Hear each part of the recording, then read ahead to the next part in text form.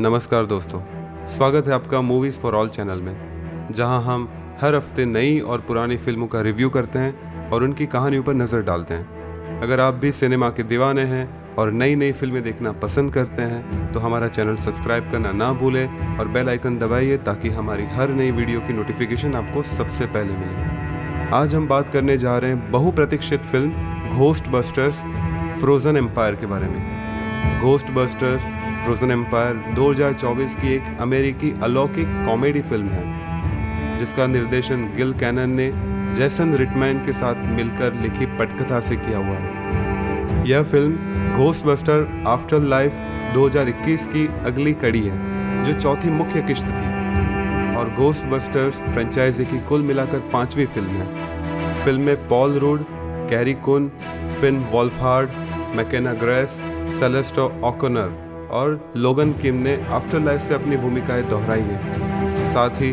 Bill Murray, Dan Aykroyd, Ernie Hudson, Annie Potts और William Atherton ने पिछली फिल्मों से अपने किरदारों को दोहराया है। Kumail Nanjiani, Patton Oswalt, Emily Alyn Lind और जेम्स एक्स्टर भी कलाकारों में शामिल हैं। तो चलिए बिना किसी देरी के शुरू करते इस फिल्म का रिव्यू और इसकी छोटी सी कहानी। घोस्टबस्टर्स फ्रोज़न एम्पायर की कहानी न्यूयॉर्क शहर में सेट है, जहां एक रहस्यमय और खतरनाक बर्फीला साम्राज्य उभरता है। इस साम्राज्य के उदय से शहर में अजीब और भयानक घटनाएं होने लगती हैं। कहानी के केंद्र में घोस्टबस्टर्स की नई टीम जो इस बर्फीले साम्राज्य के रहस्य को उजागर करने और शहर को बचाने के लिए एकजुट होती है। कहानी की शुरुआत होती है एक पुरानी किताब के माध्यम से।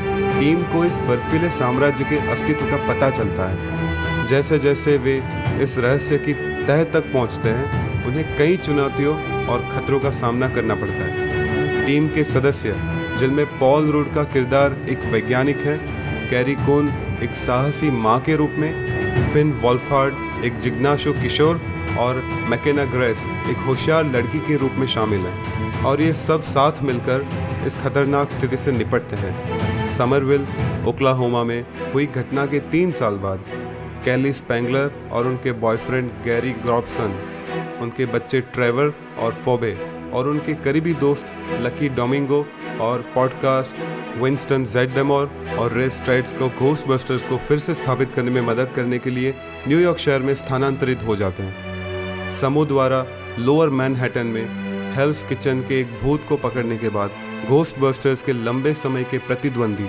वॉल्टर पैक ने मेयर के रूप में अपने अधिकारों के साथ उन्हें बंद करने की धमकी दी। उसे खुश करने के लिए कैली ने नाबालिग फोबे को टीम से निकाल दिया।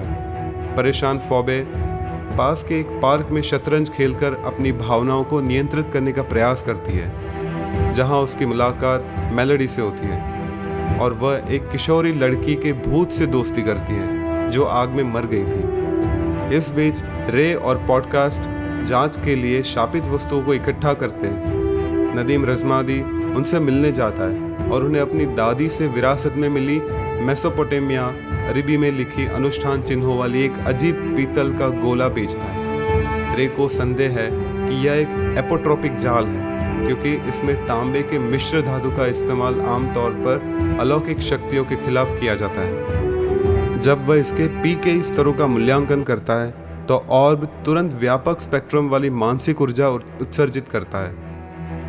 एक ठंडी लहर ऑर्ब से घोस्टबस्टर्स के फायर हाउस मुख्यालय तक जाती है और एक्टो कंटेनमेंट यूनिट को नुकसान पहुंचाती है जो खतरनाक रूप से क्षमता के करीब है। विंस्टन ऑर्ब को अपने निजी स्वामित्व वाले पैरानॉर्मल रिसर्च सेंटर में ले जाते हैं जिसे डॉक्टर लार्स पिनफील्ड चलाते हैं।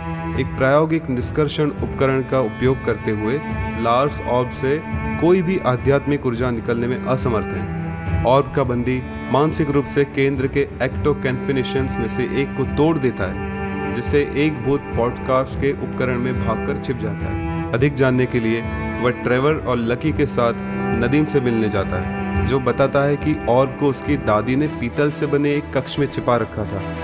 मदद के लिए लाए गए पीटर वैंकमैन को पता चलता है कि नदीम में छुपी हुई पायरोकाइनेटिक शक्तियां हैं। इस बीच रे, फोबे और पॉडकास्ट के साथ न्यूयॉर्क पब्लिक लाइब्रेरी के शोध लाइब्रेरियन ह्यूबर्ट वार्ड्सकी से मिलने जाते हैं। वार्ड्सकी बताते हैं कि यह गोला 4000 साल पहले दक्षिण एशिया में फायर मास्टर्स नामक 4 जादूगरों द्वारा बनाया गया था ताकि वे गर्राका को कैद कर सकें, जो एक भूतिया देवता था जो एक मरे हुए सेना के साथ दुनिया को जीतना चाहता था, जो कुशारित उमोटी मतलब डर से ही मारने की शक्ति का उपयोग करेगा। उन्हें पता चलता है कि नदीम की दादी फायर मास्टर्स की वंशावली से संबंधित थी, जिनमें से एक ने 1904 में मैनहट्टन एडवेंचर सोसाइटी के सदस्यों द्वारा आयोजित एक नकली अनुष्ठान के दौरान गर्राका को गोले से भागने से रोका था, जिसे गर्राका ने जमकर मार डाला था। गर्राका आग के साथ पीतल के प्रति कमज़ोर होने और अपनी शक्तियों को बढ़ाने वाले शैतानी सिंगों की कमी के कारण गोले में कैद था। जब 3 भागे हुए भूत को क्लब के अनुष्ठान की फोनोग्राफिक रिकॉर्डिंग चुराने से रोकने का प्रयास करते हैं, तो पैक घोस्टबस्टर्स को बंद करने के लिए फॉबे की भागीदारी का फ़ायदा उठाता है। गैरी और उसकी मां के साथ बहस के बाद फॉबे भाग जाती है और मेलोडी को विंस्टन के शोध केंद्र में ले जाती है। वो खुद को 2 मिनट के लिए भूत के रूप में पेश करने के लिए उसके निष्कर्षण उपकरण का उपयोग करती है ताकि जोड़ी शारीरिक रूप से बातचीत कर सके। मेलोडी ने खुलासा किया कि वह गुप्त रूप से गर्राका के साथ काम कर रही थी, जिसने उसे परलोक में जाने का प्रस्ताव दिया था।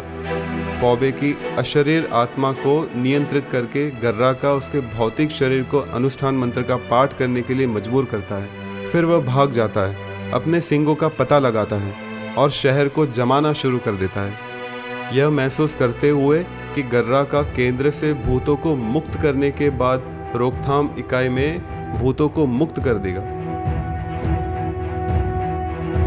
घोस्टबस्टर्स अपने मुख्यालय की रक्षा करने के लिए इकट्ठा होते हैं, जिसमें नदीम की मदद मिलती है, जो अपनी दादी द्वारा रखे गए फायर मास्टर पीतल के कवच को पहनता है और अपनी शक्तियों पर नियंत्रण करने का प्रयास करता है। गर्राका उन पर हावी हो जाता है और रोकथाम इकाई में घुस जाता है। फीबी इगॉन स्पेंगलर के प्रोटॉन पैक को मजबूत करने के लिए पीतल से इलेक्ट्रोप्लेट करती है। मेलोडी, जिसे गर्राका ने धोखा दिया था, नदीम को गर्राका को कमज़ोर करने के लिए उसकी शक्तियों का उपयोग करने में मदद करके प्रायश्चित करती है। रे अपनी साथी अनुभवी घोस्टबस्टर्स की मदद से टूटे हुए कंटेनमेंट यूनिट को एक विशाल जाल के रूप में बदलकर गर्राका को पकड़ लेता है। मेलोडी अपने परिवार के साथ फिर से जुड़ने के लिए परलोक जाने से पहले फीबी के साथ सुलह कर लेती है। जैसे ही शहर पिघलता है, घोस्टबस्टर्स को फिर से हीरो के रूप में सम्मानित किया जाता है। पैक को टीम का समर्थन करने और फीबी को बहाल करने के लिए मजबूर किया जाता है। घोस्टबस्टर्स न्यूयॉर्क शहर में भागे हुए भूतों का पीछा करना शुरू करते हैं। अब बात करते हैं फिल्म के रिव्यू की। सबसे पहले फिल्म की कहानी की बात करें तो घोस्टबस्टर्स फ्रोजन एम्पायर की कहानी रोमांचक और सस्पेंस से भरपूर है। निर्देशक गिल कैनन ने फिल्म को बहुत ही बेहतरीन तरीके से निर्देशित किया है और हर एक सीन को बारीकी से फिल्माया है। अभिनय की बात करें तो पॉल रूड, कैरी कून, फिन वॉल्फार्ड और मैकेना ग्रेस ने अपने अपने किरदारों में जान डाल दी है। उनकी शारीरिक भाषा, संवाद, अदायगी और एक्शन सीक्वेंस में उनका परफॉर्मेंस शानदार है। उनकी केमिस्ट्री और टीम वर्क फिल्म को और भी प्रभावशाली बनाता है। फिल्म का संगीत और बैकग्राउंड स्कोर भी काफ़ी प्रभावशाली है, जो कहानी की भावना को और बढ़ाता है। विशेष प्रभाव और सिनेमेटोग्राफी भी लाजवाब है, जो दर्शक को एक रहस्यमय और बर्फीले साम्राज्य की दुनिया में ले जाते हैं और वहाँ की अद्वितीयता को बखूबी दिखाते हैं। कुल मिलाकर घोस्टबस्टर्स फ्रोजन एम्पायर एक शानदार और रोमांचक फिल्म है, जो एक्शन, सस्पेंस और फैंटेसी से भरपूर है। अगर आप घोस्टबस्टर्स फ्रेंचाइजी के फैन हैं या एक अच्छी साइंस फिक्शन और फैंटेसी फिल्म देखना चाहते हैं, तो यह फिल्म आपको ज़रूर देखनी चाहिए। तो दोस्तों, यह था हमारा रिव्यू और कहानी घोस्टबस्टर्स फ्रोजन एम्पायर की। अगर आपको यह वीडियो पसंद आई हो तो इसे लाइक करें, शेयर करें और कमेंट में बताएं कि आपको यह फिल्म कैसी लगी। हमारे चैनल को सब्सक्राइब करना ना भूलें, ताकि आपके पास कोई भी रिव्यू मिस ना हो। अगले वीडियो में फिर मिलेंगे, तब तक के लिए धन्यवाद।